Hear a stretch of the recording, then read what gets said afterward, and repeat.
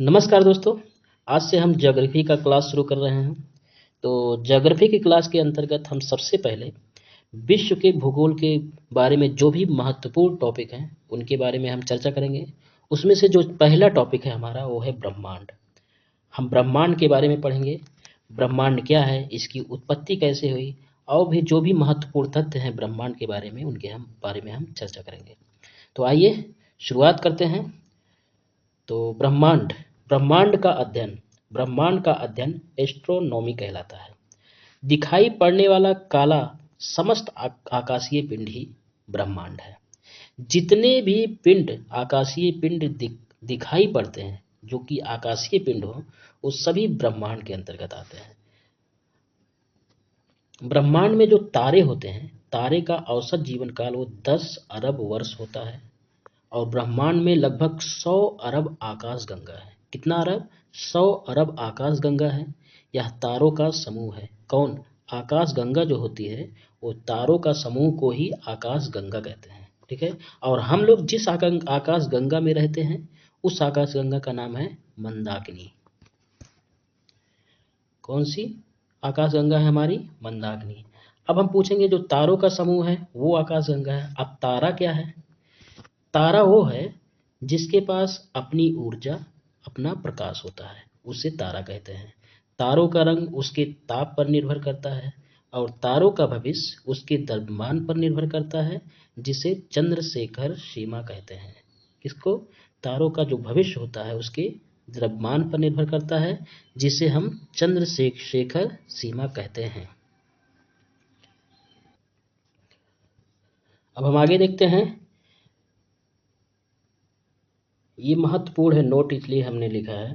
ब्रह्मांड की उत्पत्ति का सिद्धांत बिग बैंग सिद्धांत पर आधारित है। किस पर? बिग बैंग सिद्धांत पर आधारित है, जिसको लेमेंतर ने दिया था।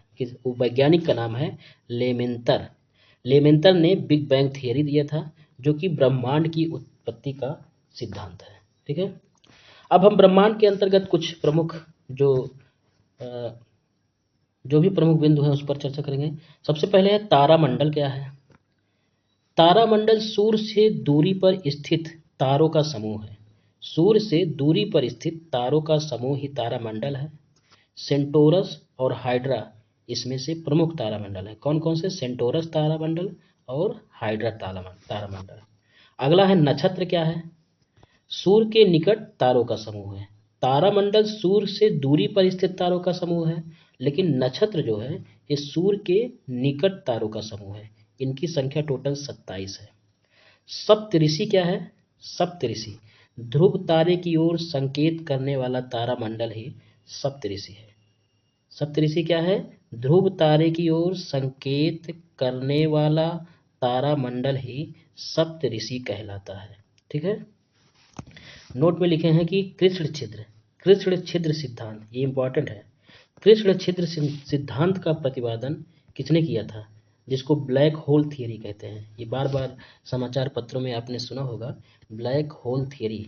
तो ब्लैक होल थियरी का प्रतिपादन एस चंद्रशेखर ने किया था। ठीक है। आगे देखते हैं। क्षुद्र ग्रह क्या है? क्षुद्र ग्रह क्षुद्र ग्रह मंगल और बृहस्पति की कक्षा के बीच में, जो मंगल की कक्षा है और बृहस्पति की कक्षा, इस दोनों के कक्षा के बीच में क्षुद्र ग्रह स्थित होते हैं। ठीक है। ये ये दूसरे ग्रह के टुकड़े हैं। क्षुद्र ग्रह दूसरे ग्रह के टुकड़े हैं और ये मंगल और बृहस्पति के कक्षा के बीच में घूमते रहते हैं। उल्का क्या है? क्षुद्र ग्रह जब पृथ्वी की ओर आते हैं तो वायुमंडल में घर्षण के कारण जलने लगते हैं, जिसे उल्का कहते हैं। एक बार फिर से देखिए। क्षुद्र ग्रह जब पृथ्वी की ओर आते हैं तो वायुमंडल में घर्षण के कारण जलने लगते हैं, जिसे उल्का कहते हैं। जब उल्का पृथ्वी पर गिर जाता है तो उसे उल्का पिंड कहते हैं। ठीक है। जब उल्का पृथ्वी पर गिर जाता है तो उसे उल्का पिंड कहते हैं। और जब उल्का घूर्णन के विपरीत दिशा में गिरता है, घूर्णन के विपरीत दिशा में गिरता है तो उसको बोलाइट कहते हैं। ठीक है। जब घूर्णन के विपरीत दिशा में गिरे तो उसको बोलाइट कहते हैं। अब हम देखेंगे कि पुच्छल तारा क्या है, पुच्छल तारा या धूमकेतु क्या है। धूमकेतु या पुच्छल तारा ये धूल कण के बने होते हैं, सिंपल सा है, ये धूल कण के बने होते हैं। आगे देखते हैं ग्रह क्या है। ग्रह इनके पास ऊष्मा और प्रकाश नहीं होता है। ग्रहों के पास अपना कोई ऊष्मा और प्रकाश नहीं होता है। जैसे पृथ्वी है तो पृथ्वी के पास जो भी ऊष्मा और प्रकाश है वो सूर्य से मिला हुआ है। सूर्य का ही ऊष्मा और प्रकाश पृथ्वी के पास है। पृथ्वी का अपना कोई ऊष्मा और प्रकाश नहीं है, ठीक है। ये किसी तारे का चक्कर लगाते हैं। ग्रह जो होते हैं उनका कोई ऊष्मा और प्रकाश नहीं होता है, ये किसी तारे का चक्कर लगाते हैं। जैसे पृथ्वी है वो सूर्य का चक्कर लगाती है। उपग्रह क्या है। उपग्रह के पास भी स्वयं का ऊष्मा और प्रकाश नहीं होता है, ये ग्रह के चक्कर लगाते हैं। ग्रह जो है तारों का चक्कर लगाते हैं, जबकि उपग्रह ग्रहों का चक्कर लगाते हैं। जैसे चंद्रमा जो है वो पृथ्वी का उपग्रह है, वो पृथ्वी का चक्कर लगाता है चंद्रमा, ठीक है। पहले पहले कुल 9 ग्रह थे। पहले कुल 9 ग्रह थे जिसमें प्लूटो भी सम्मिलित था, प्लूटो। लेकिन वर्ष 2006 में ग्रह की श्रेणी से इसको निकालकर 52वां ग्रह घोषित कर दिया गया। 52वां ग्रह की श्रेणी में डाल दिया गया। ये 9वां ग्रह था। कौन कौन सा ग्रह? प्लूटो। आगे देखते हैं कि कुछ महत्वपूर्ण खोज जो हुई थी ब्रह्मांड से संबंधित, उनके विषय में एक चर्चा कर लेते हैं, थोड़ी सी चर्चा कर लेते हैं। जो भी महत्वपूर्ण खोज हुई थी, जो भी साइंटिस्ट किए थे, जैसे टालमी ने कहा था, टालमी के अनुसार सूर्य पृथ्वी का चक्कर लगाता है। लीजिए, टालमी महोदय ने कहा था कि सूर्य जो है पृथ्वी का चक्कर लगाता है, जबकि कॉपरनिकस आए, कॉपरनिकस ने कहा पृथ्वी सूर्य का चक्कर लगाती है। टालमी ने कहा था सूर्य पृथ्वी का चक्कर लगाता है, लेकिन फिर कॉपरनिकस महोदय ने कहा कि पृथ्वी सूर्य का चक्कर लगाती है। फिर कैपलर ने ग्रहों की गति की खोज की। ग्रहों की गति की खोज किसने की थी? कैपलर ने। हब्बल ने ब्रह्मांड की जानकारी दी। हब्बल ने ब्रह्मांड की जानकारी दी। तो आगे आते हैं अरस्तु महोदय। अरस्तु और पाइथागोरस महोदय के अनुसार इन्होंने कहा कि पृथ्वी गोल है। अरस्तु महोदय और पाइथागोरस महोदय ने कहा कि पृथ्वी गोल है। उसके बाद आते हैं गैलीलियो। गैलीलियो ने भी सिद्ध किया। अरस्तु और पाइथागोरस महोदय ने वैसे ही बोल दिया था कि पृथ्वी गोल है, बिना किसी रिसर्च के। लेकिन गैलीलियो ने सिद्ध किया कि पृथ्वी गोल है। एक इम्पॉर्टेंट है, कभी कभी पूछ लिया जाता है कि प्रकाश वर्ष क्या है। सबसे पहले इम्पॉर्टेंट है, प्रकाश वर्ष दूरी का मात्रक है। निर्वात में प्रकाश द्वारा एक वर्ष में चली गई दूरी ही प्रकाश वर्ष कहलाती है। फिर से देखिए, निर्वात में प्रकाश द्वारा एक वर्ष में चली गई दूरी ही प्रकाश वर्ष कहलाती है, और प्रकाश वर्ष का मात्रक, प्रकाश वर्ष दूरी का मात्रक है, ठीक है। अब आगे देखते हैं, ये रहा सौर मंडल। सौर मंडल का एक हमने डायग्राम बनाया है जिसमें सभी ग्रह हैं। बुध सबसे निकटतम ग्रह, बुध, उसके बाद है शुक्र, फिर पृथ्वी, फिर मंगल, फिर बृहस्पति, फिर शनि, फिर अरुण, फिर वरुण। ये रहा टोटल 8 ग्रह हैं। तो ये जो चारों शुरुआत के जो चारों ग्रह हैं, हम देखते हैं जो ये चारों शुरुआत के ग्रह हैं, इन्हीं को हम आंतरिक ग्रह कहते हैं। कौन से? आंतरिक ग्रह। और लास्ट के जो चारों हैं इनको हम बाह्य ग्रह कहते हैं। बाह्य ग्रह, जो हमने पीछे क्षुद्र ग्रह पढ़ा था, जो कि मंगल और बृहस्पति के बीच में है, तो ये यही इसी के बीच में क्षुद्र ग्रह पाए जाते हैं, मंगल और बृहस्पति के बीच में, ठीक है। तो सूर्य जो होता है, सूर्य में 75% हाइड्रोजन तथा 24% हीलियम पाया जाता है। सूर्य सौरमंडल का प्रधान होता है। सूर्य की आयु 15 अरब वर्ष है। यह अपने अक्ष पर पूरब से पश्चिम की ओर घूमता है। सूर्य अपने अक्ष पर पूरब से पश्चिम की ओर ऐसे घूमता है, ठीक है। प्रकाश मंडल सूर्य का दिखाई पड़ने वाला भाग होता है। इसका तापमान 6000 डिग्री सेंटीग्रेड होता है। कितना होता है इसका तापमान? 6000 डिग्री सेंटीग्रेड। सूर्य और उसके पास के ग्रह को सौरमंडल कहते हैं। सूर्य और इसके पास के ग्रह को ही सौरमंडल कहा जाता है। सूर्य की पृथ्वी से जो दूरी है, सूर्य की पृथ्वी से जो दूरी है वो कितना है? 14.96 करोड़ किलोमीटर। कितना किलोमीटर? 14.96 करोड़ किलोमीटर सूर्य से पृथ्वी की दूरी है। आगे देखते हैं। आगे सौरमंडल के बारे में जो भी महत्वपूर्ण तथ्य हैं उसके बारे में जानते हैं। सौरमंडल, सौरमंडल में जो आंतरिक ग्रह हैं उसको हमने बता दिया, वो हैं बुध, शुक्र। बाह्य ग्रह हैं बृहस्पति, शनि, अरुण, वरुण, ये बाह्य ग्रह हैं। नंगी आंखों से दिखने वाला ग्रह कौन सा है? जो नंगी आंखों से दिखता है वो ग्रह कौन सा है? बुध, शुक्र, मंगल, बृहस्पति, शनि। कौन कौन सा है? बुध, शुक्र, मंगल, बृहस्पति, शनि। ये सभी ग्रह नंगी आंखों से हम देख सकते हैं। फिर ऊपर चलते हैं। सब सर्वाधिक घनत्व किस ग्रह का है? ये पूछा जाता है अक्सर कि सर्वाधिक घनत्व किस ग्रह का है, तो पृथ्वी है। और सबसे कम घनत्व किस ग्रह का है? वो शनि है। सबसे कम घनत्व वाला ग्रह है शनि। रात की रानी किसको बोलते हैं? उसको चंद्रमा को बोलते हैं। सबसे बड़ा उपग्रह कौन सा है? गैनीमेड। और ये किस ग्रह का उपग्रह है? बृहस्पति का उपग्रह है गैनीमेड। सबसे छोटा उपग्रह कौन सा है? डिमोस। डिमोस किसका उपग्रह है? ये मंगल ग्रह का उपग्रह है। लेटा हुआ ग्रह किसको बोलते हैं? अरुण को लेटा हुआ ग्रह कहा जाता है। ठीक है, अब इधर आते हैं। पूरब से पश्चिम की ओर घूमने वाला ग्रह कौन सा है? जो कि पूरब से पश्चिम की ओर घूमता है, यानी कि इधर से इधर की ओर घूमता है, इधर से इधर की ओर। पूरब से पश्चिम की ओर घूमने वाला ग्रह शुक्र है एक, तो दूसरा है अरुण। अब हम सौर मंडल में आकार के अनुसार ग्रहों को व्यवस्थित करेंगे। तो सबसे बड़ा है बृहस्पति, उसके बाद है शनि, उसके बाद है अरुण, उसके बाद है वरुण, उसके बाद है पृथ्वी, फिर है शुक्र, फिर है मंगल, उसके बाद है बुध। तो ये आकार के अनुसार हमने व्यवस्थित किया है। सबसे पहला बृहस्पति, शनि, अरुण, वरुण, पृथ्वी, शुक्र, मंगल, और सबसे छोटा है बुध। जो बृहस्पति ग्रह है वो जल्दी घूर्णन करता है, यानी कि अपने अक्ष पर वो जल्दी घूम जाता है। कितने घंटे में घूमता है? 9.5 घंटे में घूमता है। और जो देर से परिक्रमण करता है वो है सबसे जल्दी घूर्णन करता है कौन? बृहस्पति। लेकिन जो देर से घूर्णन करता है वो कौन है? वो है शनि। सबसे जल्दी घूर्णन करता है बृहस्पति, लेकिन जो देर से घूर्णन करता है वो है शनि। कितने दिनों में घूर्णन करता है? 243 दिनों में। सबसे देर से परिक्रमण कौन करता है? सबसे देर से परिक्रमण करता है वरुण। कितना दिनों में? 164 वर्ष में।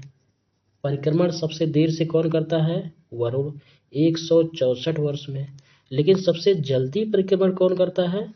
वो है बुध, वो भी 88 दिनों में। कितने दिनों में? 88 दिनों में बुध अपना परिक्रमण पूरा कर लेता है। आगे देखते हैं। आगे है कि सभी ग्रहों के बारे में हमने एक संक्षिप्त परिचय दिया है। सभी ग्रहों के बारे में कुछ कुछ 2-4 लाइनें जान लीजिए। सबसे पहला है बुध। बुध, जिसको इंग्लिश में मरकरी कहते हैं। कहीं कहीं पर बुध ना लिखा हो सकता है मरकरी भी लिखा हो, तो इसका इंग्लिश भी जानना जरूरी है। बुध अपना घूर्णन 58 दिन में पूरा करता है, लेकिन परिक्रमण 88 दिन में पूरा करता है। ठीक है, सभी ग्रहों में जो सबसे जल्दी परिक्रमण करता है वो बुध ही है, 88 दिनों में। ठीक है, बुध पर वायुमंडल नहीं है, अतः यहाँ तापांतर जो होता है वो अधिक होता है। यहाँ जीवन नहीं है, बुध ग्रह पर जीवन नहीं है क्योंकि यहाँ पर वायुमंडल नहीं है। दूसरा ग्रह है शुक्र, जिसको वीनस ग्रह भी बोलते हैं। शुक्र अपना घूर्णन 243 दिन में पूरा करता है। कितने दिन में? 243 दिन में। शुक्र अपना परिक्रमण कितने दिनों में पूरा करता है? 224 दिनों में। घूर्णन तो 243 दिन में करता है शुक्र, लेकिन परिक्रमण 224 दिन में करता है। शुक्र ग्रह पर CO2 यानी कार्बन डाइऑक्साइड की अधिकता होती है।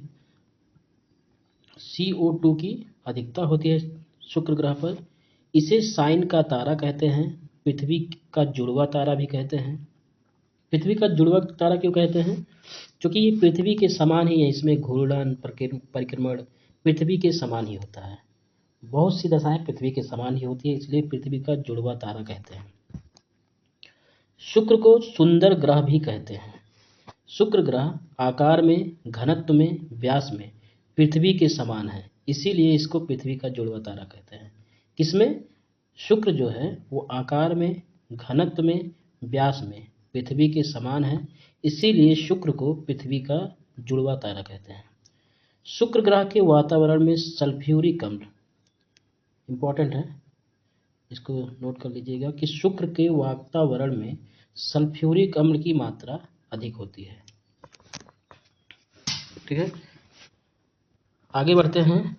तो है पृथ्वी, तीसरा ग्रह जो इम्पोर्टेंट ग्रह है पृथ्वी। पृथ्वी का घनत्व 5 ग्राम प्रति सेंटीमीटर क्यूब होता है। कितना होता है? 5 ग्राम प्रति सेंटीमीटर क्यूब पृथ्वी का घनत्व होता है। पृथ्वी अपने अक्ष पर 23.5 डिग्री झुकी है, जबकि अपने तल पर 66.5 डिग्री झुकी हुई है। अपने अक्ष पर 23.5 डिग्री झुकी है, जबकि अपने तल पर 66.5 डिग्री झुकी हुई है। पृथ्वी अपना घूर्णन 24 घंटे में पूरा कर लेती है, लेकिन अपना परिक्रमण 365 दिन में पूरा करती है। घूर्णन को कभी कभी परिभ्रमण का नाम भी दिया जाता है। परिभ्रमण, तो इसमें कन्फ्यूजन हो सकता है। तो घूर्णन या परिभ्रमण ये 24 घंटे में पूरा करती है, परंतु परिक्रमण 365 दिन में पूरा करती है। और पृथ्वी का जो घूर्णन होता है या जो परिभ्रमण होता है, उसके कारण ही दिन और रात होते हैं, ज्वार भाटा आता है, और कोरियोलिस बल ये घूर्णन के समय ही उत्पन्न होता है। ठीक है, ये प्रश्न अक्सर आता है कि दिन और रात पृथ्वी के घूर्णन के कारण होते हैं या कि परिक्रमण के कारण होते हैं। तो इसका सही उत्तर है दिन और रात पृथ्वी के घूर्णन के कारण होते हैं। और जो ज्वार और भाटा आता है, जो समुद्र में टाइड्स आती है, वो पृथ्वी के घूर्णन के कारण ही आती है। आगे देखते हैं कि पृथ्वी के परिक्रमण के द्वारा क्या क्या होता है, जो कि 365 दिन में परिक्रमण होता है। उसके द्वारा ऋतु परिवर्तन, ये भी इम्पोर्टेंट है कि ऋतु परिवर्तन अक्सर पूछा जाता है कि ऋतु परिवर्तन पृथ्वी के घूर्णन के कारण होता है या फिर परिक्रमण के कारण होता है। तो इसका सही उत्तर है कि पृथ्वी के परिक्रमण के द्वारा कारण ही ऋतु परिवर्तन होता है। इसके अलावा ध्रुवों पर 6 माह दिन 6 माह रात होता है। रात का बड़ा होना या छोटा होना, रात का बड़ा होना या छोटा होना ये पृथ्वी के परिक्रमण के कारण ही होता है। अब हम एक इम्पॉर्टेंट टर्म है अपसौर उपसौर, ये अक्सर एग्जाम में पूछा जाता है। अपसौर क्या है और उपसौर क्या है? अपसौर वो है जब सूर्य से पृथ्वी की दूरी बढ़ जाती है। ये सूर्य है और इससे पृथ्वी की दूरी जब बढ़ जाती है, लॉन्ग डिस्टेंस हो जाती है, तब अपसौर। याद करके रखिए कि अप मतलब बढ़ जाना, अप मतलब बढ़ जाना। जब सूर्य से पृथ्वी की दूरी बढ़ जाती है तो इस घटना को अपसौर कहते हैं, और ये घटना 4 जुलाई को होती है। ठीक है, और जब सूर्य से पृथ्वी की दूरी यही कम हो जाती है, मान लीजिए पृथ्वी यहाँ हो गई, तब इस घटना को उपसौर कहते हैं। सूर्य से पृथ्वी की दूरी कम हो जाती है और इस घटना को उपसौर कहते हैं, और ये घटना 3 जनवरी को होती है। 3 जनवरी को होती है। अपसौर 4 जुलाई को, उपसौर 3 जनवरी को। और एक टर्म है इसमें कि अपसौर और उपसौर को मिलाने वाली रेखा को एपिसाइड लाइन कहते हैं। अपसौर को और उपसौर को मिलाने वाली रेखा को एपिसाइड लाइन कहते हैं। आगे देखते हैं, अगला ग्रह है मंगल ग्रह। मंगल ग्रह को मार्स ग्रह भी कहते हैं। इसी पर मंगल मिशन भेजा गया था भारत सरकार के द्वारा। मंगल ग्रह पे आयरन ऑक्साइड की अधिकता होती है। इसी आयरन ऑक्साइड के कारण ही यह ग्रह लाल दिखता है, इसीलिए मंगल ग्रह को लाल ग्रह भी कहते हैं। मंगल ग्रह 25 डिग्री पर झुका हुआ है। यहाँ जीवन की संभावना सर्वाधिक है। इसीलिए पूरा विश्व परेशान है मंगल मिशन भेजने के लिए, क्योंकि यहाँ पर जीवन की संभावना सर्वाधिक है। सौरमंडल का सबसे बड़ा ज्वालामुखी जो है वो है ओलंपस मोन्स। ओलंपस मोन्स ज्वालामुखी है। कहाँ पर स्थित है? ये मंगल ग्रह पर ही स्थित है। मंगल ग्रह पर ही स्थित है। मंगल ग्रह का जो उपग्रह है वो है फोबोस और डीमोस। मंगल ग्रह के जो उपग्रह हैं वो महत्वपूर्ण हैं, फोबोस और डीमोस। अगला जो ग्रह है वो है बृहस्पति। बृहस्पति सौरमंडल का सबसे बड़ा ग्रह है। इसको इंग्लिश में जुपिटर कहते हैं। जुपिटर यानी बृहस्पति। बृहस्पति सौरमंडल का सबसे बड़ा ग्रह है, किंतु गैसीय अवस्था में है। ये इंपॉर्टेंट है। बृहस्पति सौरमंडल का सबसे बड़ा ग्रह है, किंतु गैसीय अवस्था में है। बृहस्पति ग्रह में CO2 की अधिकता के कारण हल्का दिखता है। ठीक है, यह CO2 की अधिकता के कारण यह हल्का पीला दिखता है। यहाँ पीला भी लिखना था। यह CO2 की अधिकता के कारण बृहस्पति ग्रह हल्का पीला दिखाई देता है। यह एकमात्र ग्रह है जो हिम रहित है और वायुमंडल हाइड्रोजन और हीलियम की अधिकता है। बृहस्पति ग्रह के वायुमंडल में हाइड्रोजन की भी अधिकता है और हीलियम की भी अधिकता है। बृहस्पति ग्रह का जो सबसे बड़ा उपग्रह है वो है गैनीमेड। यह पूरे सौर मंडल का सबसे बड़ा उपग्रह है। इसके अतिरिक्त जो बृहस्पति के उपग्रह हैं वो है यूरोपा और टिमालिया। यूरोपा और हिमालय। यूरोपा और हिमालय। आगे देखते हैं। अगला है शनि। शनि यानी सैटर्न ग्रह। सौरमंडल का दूसरा सबसे बड़ा ग्रह। पहला सबसे बड़ा ग्रह था बृहस्पति। सौरमंडल का दूसरा सबसे बड़ा ग्रह है वो है शनि यानी सैटर्न। इस ग्रह के चारों ओर 7 वलय पाए जाते हैं। यह भी इंपॉर्टेंट है। किस ग्रह के चारों ओर 7 वलय पाए जाते हैं? शनि ग्रह के चारों ओर 7 वलय पाए जाते हैं। शनि ग्रह आकाश में पीले रंग की तरह लगता है। आकाश में पीले रंग की तरह दिखाई देता है। शनि का जो उपग्रह है वो सबसे बड़ा उपग्रह। शनि का जो सबसे बड़ा उपग्रह है वो है टाइटन। टाइटन शनि का उपग्रह है। अगला है अरुण, जिसको यूरेनस कहते हैं। अरुण ग्रह में मीथेन की अधिकता होती है। मीथेन की अधिकता होती है, ये भी इंपॉर्टेंट है। मीथेन की अधिकता के कारण ही अरुण ग्रह हरा दिखाई देता है। अपने अक्ष पर 82 डिग्री झुका हुआ है और झुका होने के कारण इसको लेटा ग्रह भी कहते हैं। कितना डिग्री झुका हुआ है अरुण? 82 डिग्री। इसी झुका होने के कारण इसको लेटा ग्रह भी कहते हैं। अरुण का घूर्णन पूर्व से पश्चिम की तरफ होता है। पूरब से पश्चिम की तरफ अरुण ग्रह का घूर्णन होता है। अरुण ग्रह को आधुनिक ग्रह भी कहते हैं। आधुनिक ग्रह। अरुण ग्रह का जो उपग्रह है वो मिरिंडा है। मिरिंडा ही अरुण ग्रह का उपग्रह है। अगला है वरुण। वरुण यानी नेपच्यून। नेपच्यून यानी वरुण ग्रह में मीथेन गैस की अधिकता होती है। वरुण का जो उपग्रह है वो है ट्रिटोन और नेसो। कौन सा? एक है ट्रिटोन, दूसरा है नेसो। आगे देखते हैं चंद्रमा। चंद्रमा जो कि पृथ्वी का उपग्रह है। चंद्रमा के बारे में हम थोड़ा सा विस्तार से चर्चा करेंगे, क्योंकि ये इम्पोर्टेंट उपग्रह है, जो कि एग्जाम की दृष्टि से भी इम्पोर्टेंट है। चंद्रमा को पृथ्वी का जीवाश्म कहते हैं। चंद्रमा को पृथ्वी का जीवाश्म कहते हैं। इसका अध्ययन सेरेनोलॉजी कहा जाता है। चंद्रमा का अध्ययन सेरेनोलॉजी कहलाता है। चंद्रमा को ही रात की रानी कहते हैं। चंद्रमा से अंतरिक्ष कैसा दिखाई देता है? काला दिखाई देता है। पृथ्वी पर चंद्रमा का प्रकाश आने में जो समय लगता है, पृथ्वी पर चंद्रमा का प्रकाश आने में 1.3 सेकंड लगता है, जबकि पृथ्वी पर सूर्य का प्रकाश आने में 8 मिनट 20 सेकंड लगता है। पृथ्वी पर एक बार फिर से देखिए, पृथ्वी पर चंद्रमा का प्रकाश आने में 1.3 सेकंड, जबकि पृथ्वी पर सूर्य का प्रकाश आने में 8 मिनट 20 सेकंड लगता है। चंद्रमा अमावस्या के दिन नहीं दिखता है। किस दिन नहीं दिखता है? अमावस्या के दिन। जबकि पूर्णिमा के दिन पूर्णतः दिखाई देता है। पूर्णिमा यानी पूर्णतः दिखाई देता है। हम नीचे से पृथ्वी से चंद्रमा का लगभग 59% भाग ही देख सकते हैं। कितना प्रतिशत भाग? 59% भाग ही हम चंद्रमा का देख सकते हैं। एक महीने में दूसरी बार यदि पूर्णिमा को एक महीने में यदि दूसरी बार पूर्णिमा हो जाए, यानी 2 बार पूर्णिमा हो जाए, तो उसको ब्लू मून कहते हैं।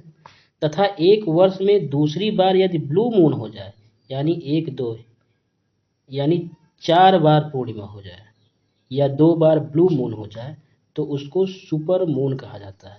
एक वर्ष में यदि 4 बार पूर्णिमा अथवा 2 बार ब्लू मून हो जाए, तो उसको सुपर मून कहा जाता है। आगे 2 इम्पॉर्टेंट तथ्य हैं जो कि चंद्रमा और पृथ्वी से संबंधित है, जैसे है अपभू, उपभू। अपभू क्या है? जब चंद्रमा की दूरी पृथ्वी से अधिक हो। अधिक मतलब अप। जब चंद्रमा की दूरी पृथ्वी से अधिक हो तो उसको अपभू कहते हैं। और चंद्रमा की दूरी जब पृथ्वी से न्यूनतम हो तो उसको उपभू कहते हैं। जैसे हमने अपसौर उपसौर पढ़ा था, उसमें था सूर्य से पृथ्वी की दूरी जब अधिकतम हो तो अपसौर, न्यूनतम हो तो उपसौर। ऐसे इसमें है, जब चंद्रमा की दूरी पृथ्वी से अधिकतम हो तो अपभू, न्यूनतम हो तो उपभू कहा जाता है। अब हम देखेंगे, जो कि एग्जाम की भी दृष्टि से इम्पोर्टेंट है, सूर्य ग्रहण कब होता है, कैसे होता है। चंद्र ग्रहण कब होता है और कैसे होता है। अब देखेंगे कि सूर्य ग्रहण कब होता है। सूर्य ग्रहण जब चंद्रमा जो है पृथ्वी और सूर्य के बीच में आ जाए। जब चंद्रमा पृथ्वी और सूर्य के बीच में आ जाए तब सूर्य ग्रहण होता है। और इस कारण से सूर्य का प्रकाश जो है वो पृथ्वी पर नहीं पहुंच पाता है। चूंकि चंद्रमा बीच में आ जाता है, इस कारण से सूर्य का प्रकाश पृथ्वी पर नहीं पहुंच पाता है, तब इसे सूर्य ग्रहण कहा जाता है। ठीक है। इस स्थिति में क्या होता है, चंद्रमा जो होता है वो सूर्य को आंशिक या पूर्ण रूप से ढक लेता है, जिससे दिन में अंधकार जैसा महसूस होने लगता है। क्योंकि चंद्रमा जो है सूर्य को ढक लिया है, जिससे दिन में ही हमको अंधकार जैसा प्रतीत होने लगता है। और एक चीज इसमें ध्यान रखने वाली योग्य है कि सूर्य ग्रहण केवल अमावस्या को ही होता है। केवल अमावस्या को ही होता है।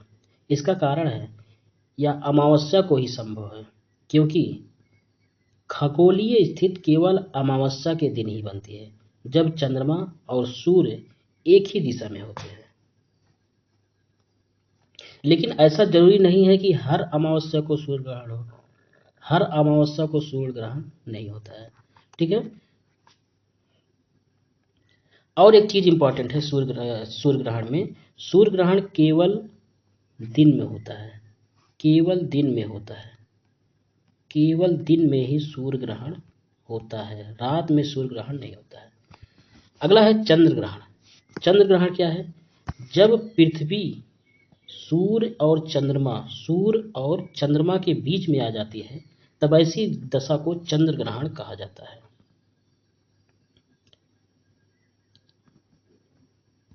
और इसी दशा में पृथ्वी की छाया जो है वो चंद्रमा पर पड़ती है। पृथ्वी की छाया चंद्रमा पर पड़ती है और चंद्र ग्रहण कहा जाता है। और चंद्र ग्रहण केवल रात में होता है। केवल रात में ही चंद्र ग्रहण होता है। चंद्र ग्रहण दिन में नहीं होता है, केवल रात में होता है। तो ये रहा, और केवल रात में होता है और केवल पूर्णिमा को ही हो सकता है। ठीक है।